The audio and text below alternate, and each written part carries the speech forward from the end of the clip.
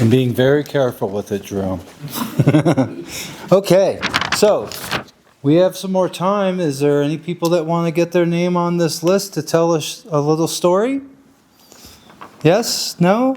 So I'm going to be in the back after I announce our next teller. And come see me, and if you want to tell a story, we'll put you on the list, okay? So, I know nothing about our next storyteller because he is a gentleman who showed up and said, I have a story to tell.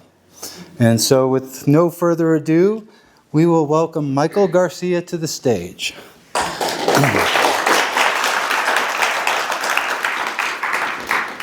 All right. Feel like the president there. Koatsi hopa paikiam sirtran sheshotsona hanot sit tanye yasti sasir. It's a dosikutep, it's a hot mic there, it's a oyo pesh, it's a tiosina, it's a nakutisha, it's guanya, dio, it's a hosotinia, which on him, it's a kotrua, which they are scored up, that she's kakumestite, or it's not there, kotros. Good afternoon, everyone. My name is Michael Garcia, and I come from the Pueblo of Santa Ana, just north of here. I am part of the Storytellers of New Mexico. I heard about this event, and I rushed up here, fighting the traffic, not wanting to go back down to Albuquerque, because we all saw that, right? Right. But today, first off, I am a storyteller, traditional storyteller from my village. I'm also a culture facilitator, a language teacher, and all-around good guy. But in my introduction, I introduced myself, who I am. And it's the way we as the Pueblo people introduce ourselves. It's what we call our ID. That's the way I teach. As a language teacher, I teach my students. There's 3 tenets to it. The first tenet is your gender, how you were born, male or female. Now, in this day and age, gender means a different thing. But for us, it's just the way you were brought into this world. So it's either male, payakyam, or female, kuchinanong. So I introduce myself as of the male gender, payakyam, sirtranshe. Then the next tenet is our clan. I am Fox Clan, Shutzo Nahanoch. That clan we have a matrilineal clan system which comes from our mothers. So my mother's Fox Clan, I'm Fox Clan. Then I introduced the third tenet is my Indian name. My Indian name is Yashje. Yashje in English means early morning. People say, is that sunrise? No, sunrise is a different word. Sunrise is my daughter's name. Gosh, that's when the sun breaks the horizon in the morning. My name is Yashje. But I would like to explain to you, go in a little bit more detail, where we can all relate to what Yashje means.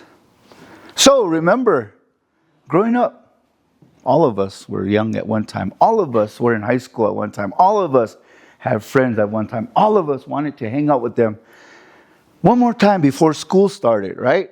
So you guys all decide, we're going to hang out one more time. So we go and we decide where we're going to go. Usually that's up on the mesa, down by the dump or the river, maybe Walmart, or Sonic's. I don't know why us Indians always have to pluralize everything, but we do. So, so you decide and you ask Dad, before school starts, a bunch of us friends want to hang out before we go back to school. Can I borrow your truck? Of course, Dad is a loving dad. He says, sure. But gives you that fatherly advice. Don't come home too late, right? So all right. So you dump in Dad's truck and you head off to the parking lot of Walmart to go meet your friends. Well, growing up, and many of us who have grown up in rural areas, right? We grow up on a dirt road. There's no pavement. And most of the time, those vehicles were were standard. They were manual transmission vehicles, right? That's the res truck. That's what the epitome of a res truck. Has nothing power, nothing. It's just just to get from A to B, right? So you go down, you meet your friends. It's a beautiful night. It's a beautiful evening. It's warm. It's all your friends are there. They're playing music. Everybody has food to eat. People bring drinks to drink and share. They put down their tailgates, and it's like, oh, this is a beautiful night to be out with my friends. Soon, you notice her sitting over there. That girl that you've been crushing on, right? All school year. You notice that guy that you just oogle at chemistry class. Oh, he's so handsome. Yeah, I know some of you know this because you're smiling. Look at you. Right? So the night continues and you're with your friends talking. Soon you get the courage to go over there, to go to her tailgate. You go up confident as ever. Of course, you don't know what the heck you're doing, but you go anyway, right? And you could talk to her. And she talks to you. And you try your best not to fumble your words. You try your best to be this guy that, you're just like butterflies are just bouncing in your stomach, but you're still cool, right? And same thing. You're just like, you can't believe he's talking to you. You can't believe the guy that you think he's so dreamy. Of course, he has a mullet, but just kidding. You don't care. You start talking. You start to make a connection. And you think, oh my gosh, this is so beautiful. I'm going to get my first kiss tonight. Because you never kissed a girl. Tonight's going to be the night. And you sit next to one another on that tailgate. It becomes twilight. Then the sun goes down and the stars come out. It's beautiful. Friends everywhere. You sit next to her. Soon you put your hand on the tailgate. She puts her hand on the tailgate. I can see my friend over there. She knows exactly what I'm talking about. Put your hands on the tailgate. Soon your hands inch closer to one another, right? Then your pinkies touch. Oh, you feel the electricity, right? You feel that electricity in the air. You're like, it's going to happen. Soon you cross pinkies. You get the courage to cross pinkies. Then you interlace pinkies. Soon you're holding hands. And you can't believe it. This beautiful girl, which you've been crushing on all school year, you're holding her hand. This handsome man, handsome boy that you write your initials plus his initials with a big heart forever in your notebook. He's holding your hand. And soon you realize it's 10 o'clock. You think of Dad's words, don't be home too late. It's 10 o'clock. That's not late. You continue talking, right? You continue getting closer. Soon he puts his hand around you and pulls you close. You lean over. You look into each other's eyes. You can see that sparkle in her eyes. You lean over for that first kiss. Bringing memories back. And it happens. You kiss. The world stops. The lights of the stars shine bright. The friends, the place fades away, and it's just you two. And you would think, if this was my last day on earth, this is where I'd rather spend it.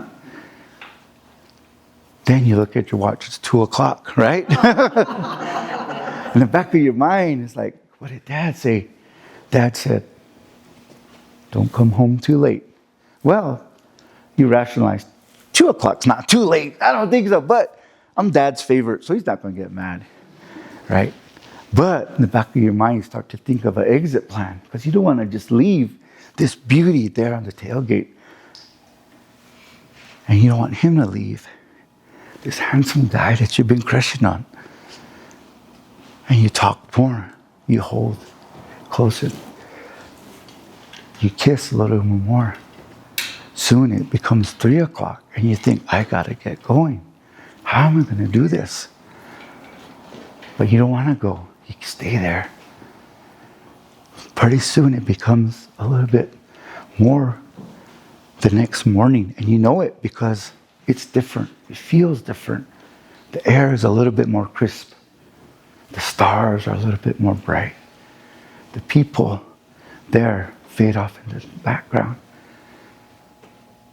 And you know you have to get home. So finally, somehow, some way, you tell her that you gotta go. She don't want you to go, but she knows you have to go. He knows that you have to go. So finally, you make your last kiss. You hold your last embrace. You promise to call her first thing tomorrow as soon as you get home, because you want to continue this beautiful thing that you created. With that said, you jump in your truck. You throw up your tailgate. You jump in the truck and you put it into first gear and you speed down the road. Of course, the road is on the res, so you're bumping along the dirt road, and it's just dust flying everywhere. And then as you get closer to home, you remember the res dogs. We all know what res dogs are. I hope you guys know what res dogs are. But they're dogs that are free, that they telling us, they're teller tales. They'll tell us that, hey, they're coming down the road by barking. And the res dogs are barking so loud, like, oh my gosh, it's going to wake up Dad. But you remember you had that hamburger, a little bit of it saved because you didn't want to eat the whole hamburger in front of her to make her think you were a pig. So you saved it.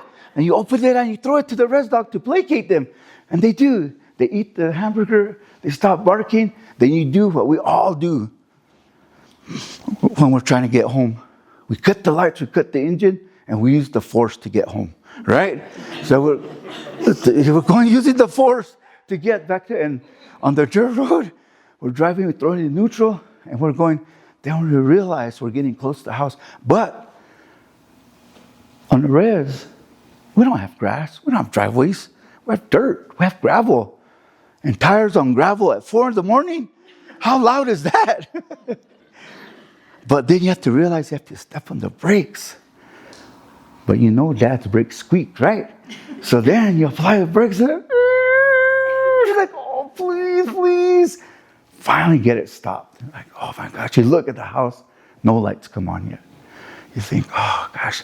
Then you have to get out, realizing Dad's door squeaks because he backed into the fence pole just a day earlier, right? And it squeaks and he'll never fix it. So you decide, well, I'm not going to open the door because it squeaks. So you roll down the window, but that squeaks as well. So the window squeaks because he never washes his truck. You finally get the window rolled down. You're like, oh my gosh, just panicking. You crawl out the window.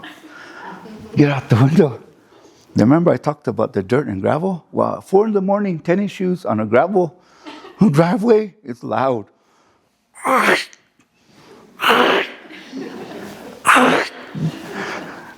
It's like forever to get to the back of the house because that's where your room is. You left the window open this much. Just for occasions like this. You practice this over and over, but this is go time, right?